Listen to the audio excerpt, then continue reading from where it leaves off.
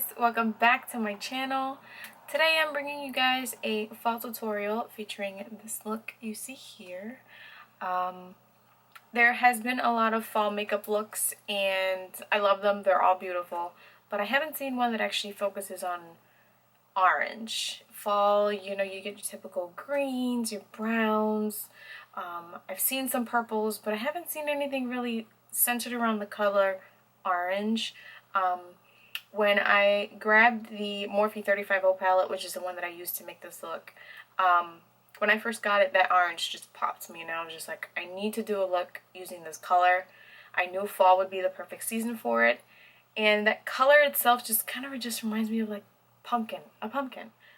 I really wanted to get a fall tutorial look for you guys, so if you're interested in this look, please keep on watching. Alright, let's jump right to it. So yes, my eyebrows are done. My brows take a really long time, so for video's sake, I did them off camera. If you guys would like an updated eyebrow tutorial, just let me know down below. I know the one that I posted a really long time ago is very, very outdated and I actually don't use that process anymore. But anywho, I am going in with the MAC Paint Pot and Painterly as a base for the eyeshadow. I have freckles on my eyelids, so this really helps create just like a blank canvas. And then I'm going to go ahead and use the Tartlette palette and set that with the color Free Spirit. The color itself has like a yellow undertone to it. It doesn't really show yellow on my skin, but it really helps to just, like I said before, just really create a blank palette for the eyeshadows that we're going to go ahead and use. I'm going in with the star of the show, the 35O palette, and that's actually the wrong brush. I actually go back and actually use the right brush that I was looking to use, which is the Sigma E40, the tapered blending brush. And then this, how do I explain this color? The colors aren't even listed on the palette, so I can't tell you exactly what color it is, but it is like a peachy undertone kind of nude color that I want to use as the transition color.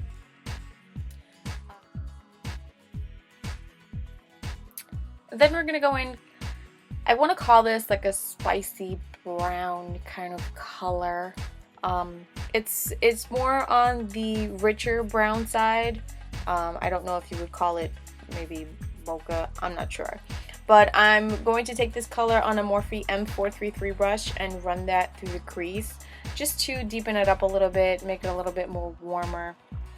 The transition shade is on the warmer side, so it does help, but this one just helps to intensify it.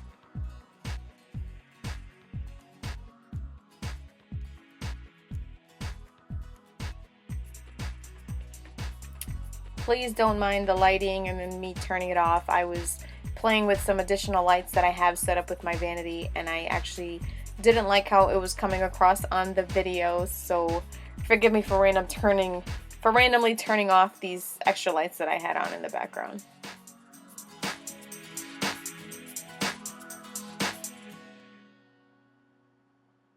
I'm going to take the darker brown right next to that quote-unquote spicy brown shade and just add this to the outer corner of the eyes. Same process again, just to deepen the shadow a little bit and make it a little bit more warmer.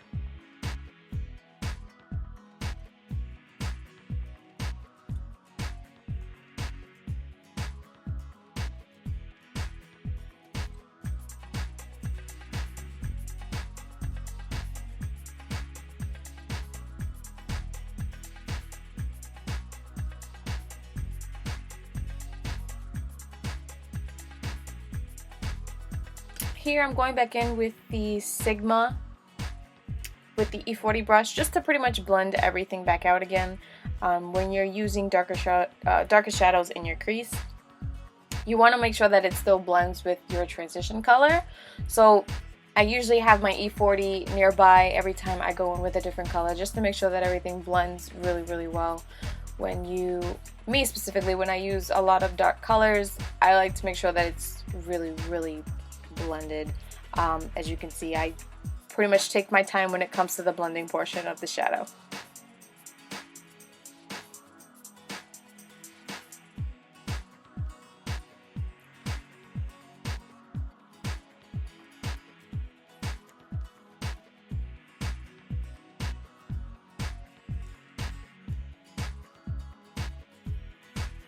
I'm going to go in with the whitest, actually the only white color I would say in the palette underneath the eyebrows. This also helps to blend the transition shade that we laid down earlier. And I'm going to go back in again with the E40 to make sure that that white is not so stark against the transition shade, and just blend everything together. Now I'm going to go in with the NYX Jumbo Pencil in Milk. As you can see, I started with the star of the show, the orange color, but it wasn't coming out as pigmented as I wanted it to. So I went back with the Milk Pencil, as you can see, blending out just that white, just that it gives that orange really a pop of color. I didn't want it to be too muted. I really wanted it to stand out in this look, so the Milk Pencil really helped in creating that base, that stark base for the bright color.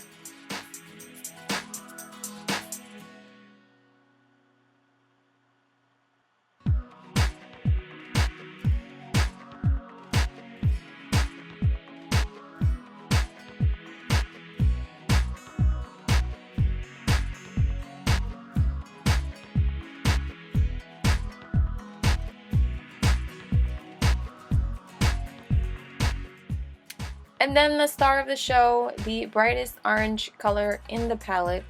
As I mentioned in the intro, this color, I was just like, I haven't seen anyone use it yet since the palette has released. I definitely need to get my hands on it and create an eyeshadow look.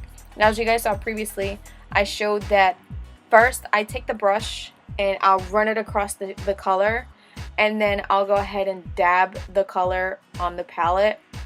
Not sure if that's the right word I should be using. Basically just to pick up the fallout from running the brush over it so that I could really pack it onto the lid. This color is semi-opaque. I had to work with it a little bit. I had to go back into the palette a couple times to really pack it on and get it as bright as I wanted it to. As you can see on my left eye, which would be your right, I went too far down with the crease shade, and I don't know how I didn't see this as I was doing my eyeshadow when I was editing my video, and I seen that it was so far down on the left side compared to the right. I wasn't gonna post it, but I am my own worst critic, so I said, you know what, I'm just still gonna put it up there. I still really liked how this color and the other colors that I used, the whole look, I really liked how it came out, so I left it. Please forgive me, I'm not perfect. I still practice makeup every single day, so there you have it. I'm gonna go in with this bottom color. It's a very rich, coppery, glittery, I don't even know how to explain it.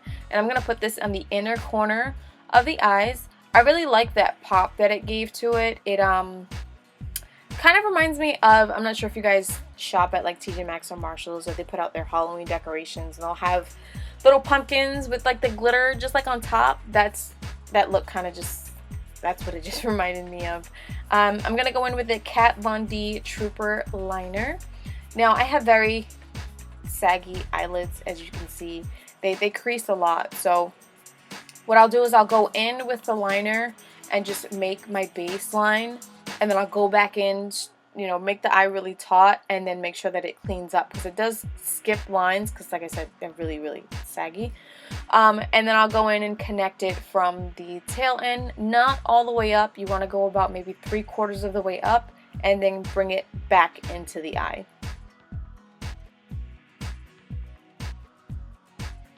As you can see here, I grabbed a paper towel because my hand kept sliding against my face.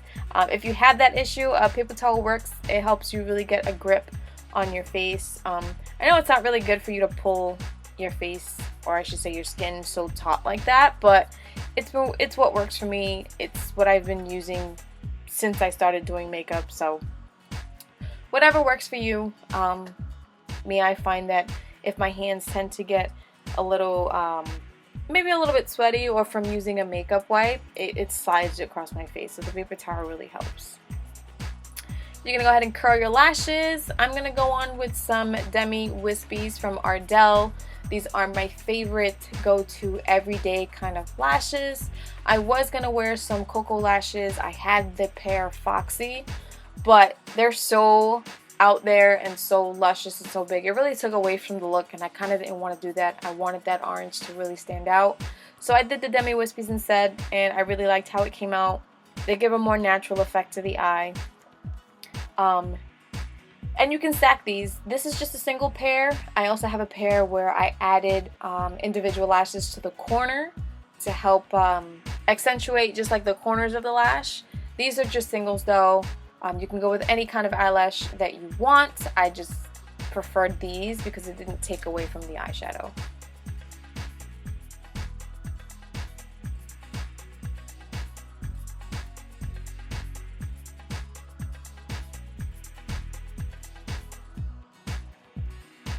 Disclaimer, I am using pointy tweezers, and I'm using this to separate the lashes and kind of just blend in my own with the falsies. If you are going to do this, I suggest you be extremely careful. They are pointy tweezers. Don't go poking your eyes out, please. I'm going to go in with the NYX mascara. I got this at Ulta. It is a super skinny mascara. Really good for your lower lashes, but in this case I'm actually going to use them to blend my lash at the base with the falsies. And then I'm going to go in with the Urban Decay Perversion mascara and blend my lashes with the falsies. I did put on mascara on my own. I did use the Better Than Sex mascara. They say not to put mascara on your false lashes. I say that's personal preference. I really like how the mascara looks on these false lashes. Just clean them up after you use them, obviously, with a little bit of alcohol and a Q-tip, and I think you should be good to go. I've cleaned these a couple times after using mascara, and they still work for me. I am going to go back in with the NYX liquid liner to make the liner matte finish. The Trooper does have kind of a sheen to it. And that's pretty much it, guys. I did do my face after this for timing's sake. I just cut it completely out the video. If you guys want an updated contour, highlight and contour video, please let me know. I hope you guys like this look. I am going to be recording more videos for you guys. A friend of mine just tagged me on the fall favorites tag, so that's the video I'm working on next. That should be up in a couple days. I hope you guys like this look. If you do, please give it a thumbs up. Thank you guys for watching, and I will see you in my next video.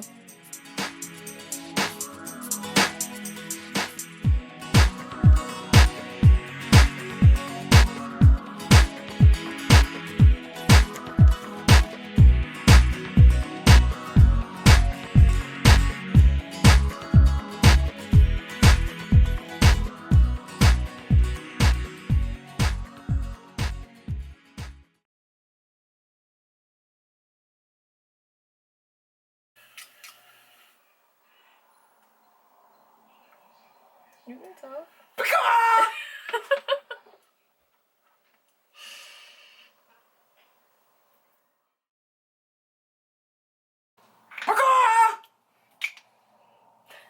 You scared? No. Recording? I heard you coming. Yes. Still? Yes.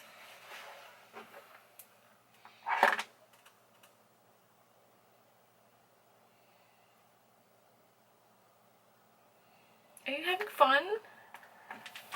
Yes. Okay.